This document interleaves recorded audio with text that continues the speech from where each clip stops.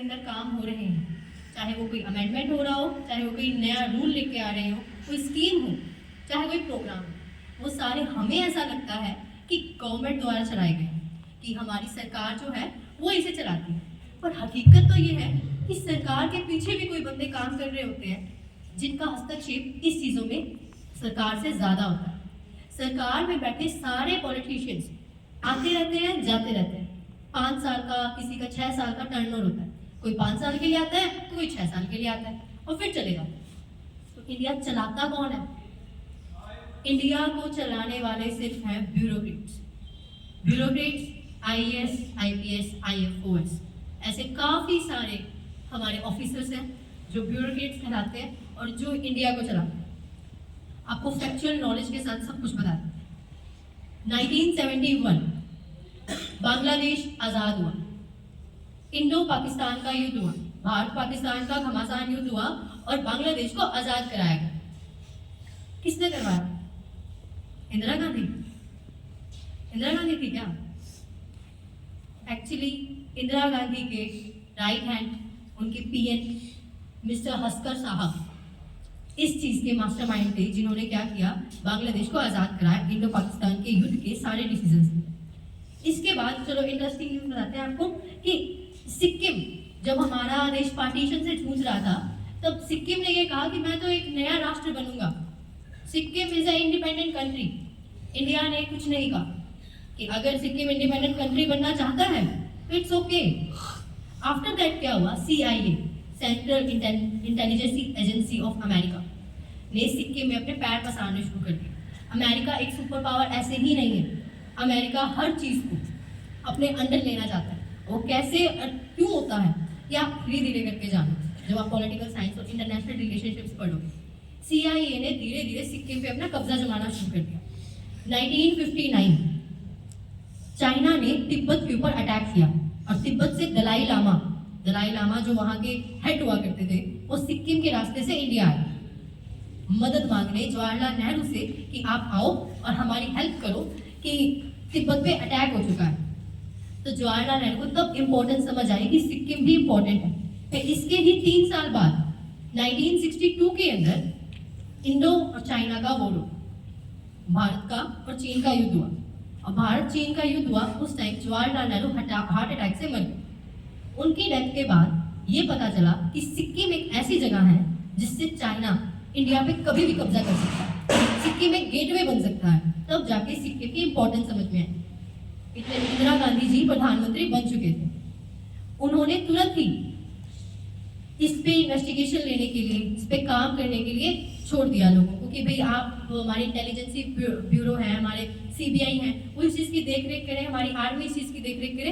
इस चीज़ के ऑर्डर्स इंदिरा गांधी ने पास कर दिए। फिर अचानक से क्या हुआ कि सिक्किम के अंदर हमारा तो कोई राज चलता ही नहीं था। सिक्किम तो एक इंडिपेंडेंट कंट्री था उस टाइम पे। तो सिक्किम के अंदर एक राजा राज किया करते थे, चोग्याल डायनेस्टी नाम की डायनेस्टी थी, उनके राजा राज किया करते थे। एक अमेरिकन लेडी के साथ चोग्याल मोनार्क की शादी करवा दी जाती है।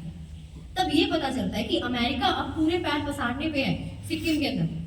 तब जाके इंदिरा गांधी को और ज़्यादा ऐसा लगता है कि अब तो सिक्किम का कुछ ना कुछ करना पड़ेगा।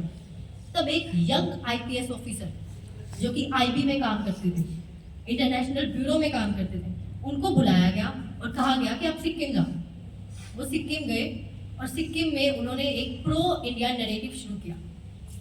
2 सालों के बाद उन्होंने मतलब प्रो इंडिया नैरेटिव क्या था, पहले तो ये जानिए कि उन्होंने लोगों को इकट्ठा किया, उनमें अवेयरनेस फैलानी शुरू की, धीरे धीरे नीचे काम किया ताकि सिक्किम की गवर्नमेंट को, सिक्किम के मोनार्क को कुछ पता ना चले। 2 सालों के बाद 1975 के अंदर सिक्किम के अंदर वोटिंग होती है, एक रेफरेंडम होता है। उस रेफरेंडम में ज़्यादातर लोग, आधे से ज़्यादा सारे लोग ये कहते हैं कि हमें इंडिया में शामिल होना है, ना कि सिक्किम में रहना है। सिक्किम एक इंडिपेंडेंट कंट्री नहीं होगा। ये ऑपरेशन उस IPS ऑफिसर के द्वारा चलाया गया था। और इस ऑपरेशन के कारण एक चीज़ और हुई, वहाँ के लोगों ने ना तो सिर्फ वोटिंग दी, उन लोगों ने चोग्याल डायनेस्टी को ही उखाड़ फेंका कि आज से मोनार्क नहीं या डेमोक्रेसी है। तो वो जो लीडिंग ऑफिसर थे जिसने सिक्किम को इंटीग्रेट किया इंडिया में और सारे इस प्रो इंडिया नैरेटिव को लीड किया, वो IPS कौन थे? anyone who knows right hand of Prime Minister Narendra Modi, Ajit Doval, NSA of India, national security adviser, हमारे प्रधानमंत्री मोदी के दो हाथ माने जाते हैं, right hand and left hand. वो right hand and left hand एक आईएएस और एक आईपीएस होते हैं, जिसमें से एक है एनएसए, नेशनल सिक्योरिटी एडवाइजर। जितने भी सिक्योरिटी के काम होते हैं, चाहे वो डिफेंस से रिलेटेड हो, चाहे देश की इंटरनल सिक्योरिटी से रिलेटेड हो, सारे काम national security advisor Ajit Doval साहब संभालते हैं। दूसरे हैं पीके मिश्रा, ये एक आईएएस थे, जो हमारे यहाँ जितने भी पॉलिसीज, जितने भी कोई भी प्रोग्राम आता है, कोई भी लॉ बनता है, कोई अमेंडमेंट होता है, उसकी एडवाइस इन्हीं के दम पे चलती है। तो ये जो आप समझ लो ना, नरेंद्र मोदी ने ये कर दिया, नरेंद्र मोदी इस देश में जाके इंटरनेशनल रिलेशनशिप बना के आए हैं, तो उनके खुद के डिसीजंस नहीं होते, उनके पीछे और भी लोग काम कर रहे होते हैं।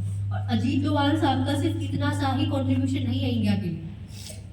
पाकिस्तान में 7 साल अंडर कवर रहना, देश के जवानों को हाईजैक कर लिया गया था 1814 नाम के प्लेन के अंदर, उन टेररिस्ट के साथ नेगोशिएशन बिठा के उन्हें छुड़वा के लेके आना, उरी और बालाकोट जैसी सर्जिकल स्ट्राइक्स के अंदर देश को लीड करना, आर्मी को लीड करके वहां भेजना, ये सारे काम अजीत डोभाल साहब के। और जब भी ऐसी कोई नेगोशिएशंस होती हैं तो हमारे इंटरनेशनल रिलेशनशिप से आगे आते हैं। अगर हमारे किसी देश के साथ लड़ाई हो रही है तो दो देशों के मुद्दे आगे आगे, उन दोनों मुद्दों को संभाल के रखना, कहीं इन मुद्दों की वजह से इंडिया पे कोई नेगेटिव इम्पैक्ट ना पड़ जाए, इसका काम भी हमारे टॉप नॉच ब्यूरोक्रेट ने संभाला। Turn to foreign minister S Jaishankar ji. 1998 का पोखरण में टेस्ट हुआ था। उस टेस्ट के बाद पोखरण के टेस्ट, जैसे मान लो न्यूक्लियर बॉम्ब के कभी भी टेस्ट होते हैं, तो उन टेस्ट को आप बिना परमिशन के कभी भी नहीं कर सकते। और अगर हम परमिशन के साथ करते टेस्ट, अगर आप न्यूक्लियर टेस्ट परमिशन के साथ करते, तो चाइना हमें करने ही नहीं देता। तो इस वजह से हमने बिना परमिशन के 1998 का न्यूक्लियर टेस्ट किया, without the permission of security council. तब जाके यूएस ने, यूनाइटेड स्टेट्स ने, अमेरिका ने हमारे ऊपर सैंक्शंस लगा दिए। सैंक्शन मतलब बैरियर, कि इतने से इतने टाइम तक इंडिया कभी भी इंपोर्ट एक्सपोर्ट नहीं कर पाएगा, ये सामान इंडिया नहीं बेच सकता, इस तरीके से सैंक्शन लगे। उन सैंक्शंस के लिए हमारे एस जयशंकर जी वहाँ गए यूएस में और नेगोशिएशंस की। उस एग्रीमेंट के चलते यूएस ने हमारे ऊपर से सैंक्शन तो हटाए ही, और साथ ही साथ यूएस ने इंडिया के साथ मिलकर एक सिविलियन न्यूक्लियर टेस्ट एग्रीमेंट भी साइन किया, यानी न्यूक्लियर टेस्ट को और बढ़ावा दिया गया। उसके बाद में देखो, जब 370 की धारा हटाई गई थी, तब भी बहुत प्रॉब्लम्स आई, उन सबका निपटारा भी एस जयशंकर ने किया। और उसी टाइम पे गल्फ कंट्रीज थी जहां से अपन तेल इंपोर्ट किया करते थे, क्रूड ऑयल जिससे हमारे यहाँ पे पेट्रोल बनाया जाता है, और वो पेट्रोल हमारे यहाँ के ट्रांसपोर्ट सिस्टम पे लगाया जाता है। ट्रांसपोर्टेशन जो हमारे इंडिया में चलता है, जो कि एक बैकबोन है इंडिया की, वो सब कुछ पेट्रोल से चलता है, और पेट्रोल चलेगा क्रूड ऑयल से। वो क्रूड ऑयल इंपोर्ट होता है गल्फ कंट्रीज से, सऊदी अरेबिया, कतर, ओमान, यहाँ से। इन कंट्रीज ने हमारे साथ रिलेशन बनाने से मना कर दिया कि इंडिया के साथ रिलेशंस नहीं बनाए जाएंगे।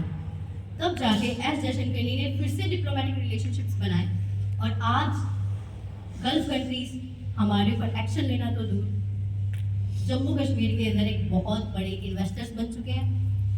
और साथ ही साथ इन्होंने तो अपना हाईएस्ट सिविलियन अवार्ड, जैसे हमारे यहाँ भारत रत्न है, वैसे ही इन कंट्रीज का highest civilian award Narendra Modi को मिला। एट लास्ट 2017 से पहले टैक्स सिस्टम, इंडिया का टैक्स सिस्टम 2017 से पहले बहुत ज़्यादा कॉम्प्लिकेटेड था। 20 से ज़्यादा टैक्स लगाए जाते थे, और वो टैक्स रिपीटेड टैक्स थे कि आप अगर कोई कंपनी खोल रहे हो तो आपके ऊपर रेस्टोरेंट में तो भाई 57 टैक्स लगते थे, और रिपीटेड टैक्स से एक टैक्स को 2 बार ले लिया जाता था।